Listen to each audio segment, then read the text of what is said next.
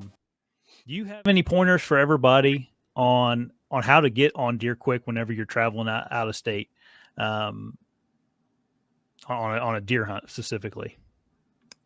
That's it's hard to give general pointers on it because it's so situational everywhere you go. But I'm always looking for ways to, I guess, cover ground as efficiently as possible the first couple of days that we're there. So if it's an open area, for example, I'm looking at a topo map ahead of time, trying to find out if there are any high points where I can get up and I can glass long distances. And better yet, if there's a bunch of high points close to a road access or water access where I can take a boat and I can just like bounce from A to B to C to D and cover a bunch of ground with my eyes really quick, just over the course of a day or two, I will take that route.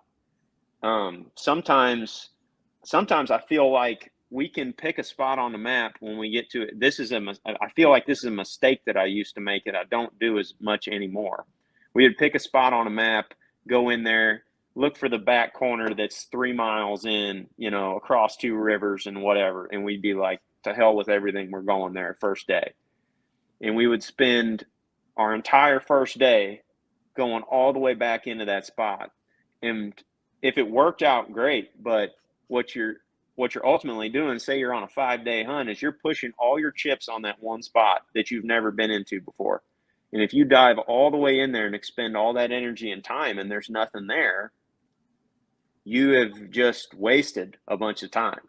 So I guess what I'm saying is, if I can scout 5 good looking spots in the amount of time that it took me to scout the 1, I'm usually going to scout the 5. And what happens more often than not is I'll be right 2 or 3 out of the 5 times, or 1 out of the 5 times, regardless. If I can scout those 5 areas in the amount of time it took me to go scout the 1, I'm going to pick the 5. Now, maybe that means I'm looking at like overlooked stuff that's real close to a road, that's real thick, that you can't hardly get a tree stand in. And I'm just bouncing in and out. I mean, that's how we found those bucks in Michigan that Ted ended up getting on that last day, Dan, when we were there for the challenge. That day, me and Ted literally, we speed scouted like 7 or 8 spots from the gravel road. And I would literally jog in there half a mile or whatever to a little patch of thick stuff. And I would speed scout around the exits looking for fresh sign. And I would drop pins, green light, red light, and move on. And you get back to the car and you go do it again. I mean, if there's 2 or 3 of us, like in that instance, I was dropping Ted off. He was diving into an area. I was driving down the road a mile, diving into an area, and then coming back through and picking him up 30 minutes later. And we're doing that throughout the day rather than diving way in there, putting our stuff on and just going for broke. Mm-hmm. And that seems to help. But like I said, it's situational. It could, if you've got good water access where you get a canoe in or something, or a boat where you can float down a river and you're basically hunting all remote stuff on one side of it, where you can just pop out, basically scout the bank, and within 60, 80 yards, get back in and keep on moving. That's what we have the best luck doing. Dan, you got anything to add to that? I was just thinking about the challenge last year in Indiana. I was having a rough time at first because the big bucks were so sparse. They're so far apart. And I ended up abandoning my hunt and not feeling like I had to hunt every morning and evening, and just jumping in the vehicle and glassing and finding deer. And then I got on them, and then it started working. And what was funny is I talked to Aaron about what he was doing when he started, but we really don't see each other or what's going on. I mean, like, everybody watching probably thinks we all know what each other's doing, but we don't, because we're just hunting all day. You get back, you're so tired, you sleep. But after the hunt, watching the shows, I had to laugh because Aaron and a few of the others ended up doing the exact same thing.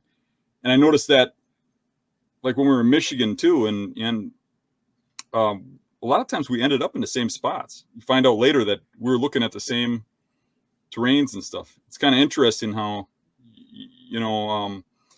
you keep adapting, and that's what's successful. And I think that's what's been successful about me and you, is the adaptation. You get into a spot and you have a plan, but when it don't work, you got to change it up. You got to do Yeah, something. you got to pivot. You're only there for 5-6 days. If your first plan isn't working out and it isn't working out fairly quickly, you got to pivot and move and try something else.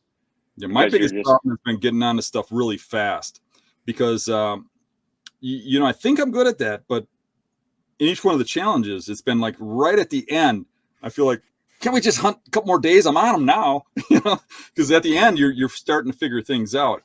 But literally, I mean, that's what it is. You got a week, you know, and yeah, and I mean, yeah, every year that's what happens. Is towards the end of the challenge, we're all sort of starting to zero in on those things.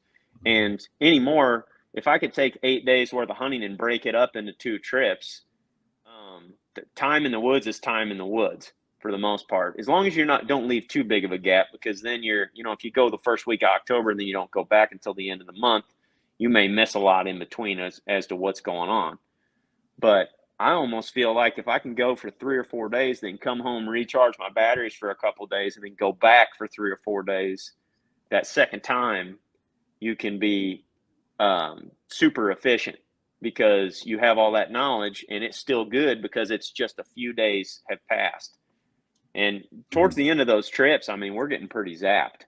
That's another thing that I'm always talking to the guys about is like, when I was younger, Ted's age, for example, I would just sleep 2-3 hours a night, drink a couple Bud Lights every night before I went to bed, and wake up in the morning and just go, go, go. I had to hunt every single minute of every single day. Yep. And as I've got older, I don't hunt as much. I almost scout more, and I make sure to try to prioritize my rest so that I'm mentally and physically sharp, because the kill days on those 5-day trips are day 4 and 5, 80% of the time. And Yep. you got to be sharp on those days. That's when you've got all the intel to go off of.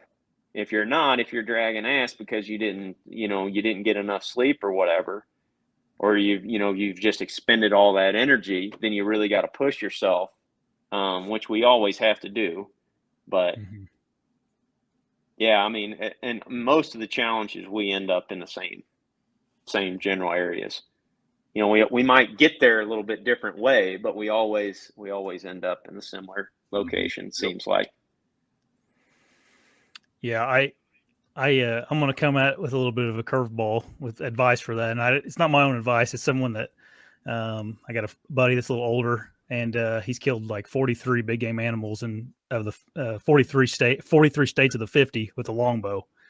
And he told me, he goes, the first thing you do when you get to a new area, new state, is you go to the local barbershop and get your hair cut. And he said, you talk to the locals there. Yeah. There's probably going to be a couple farmers sitting in there. You talk to them. And then he said, after you get done with the haircut, there's probably going to be a little diner next door to the barbershop. He said, you go in there and you eat breakfast. And he said, you sit in there until you see someone that looks like a farmer, and you go talk to them and you ask them about deer hunting. And he said, eventually, he's like, you're going to run into someone's going to let you deer hunt. And he said, that's a good way. He said, I can't tell you how many deer I've killed because I just talk to people locally. And I know that's a little bit different, and then maybe, if you want to go on public, then maybe you don't need to do that. It's maybe all good advice. Yeah. Or maybe you'll get access to public in a different way than what anybody else can get to. And that can be like all the difference in the world. Oh yeah. So I mean, we do that all the time where we're trying to, if we've got a 2.5 mile hike or whatever into an area, but you can access through private on the backside, we will try to get that private access, because a lot of times those bucks, especially if those folks don't hunt, maybe they don't even allow hunting on their property, but they'll let you walk through their yard or whatever to get back in that wood lot. Well, those bucks aren't used to seeing any hunting pressure come from that direction. So you're going in there and you're saving time on your entry and exit, but you're also accessing them from an area where they're not used to seeing the pressure. You're catching them off guard. We've killed several of them doing that. Yeah.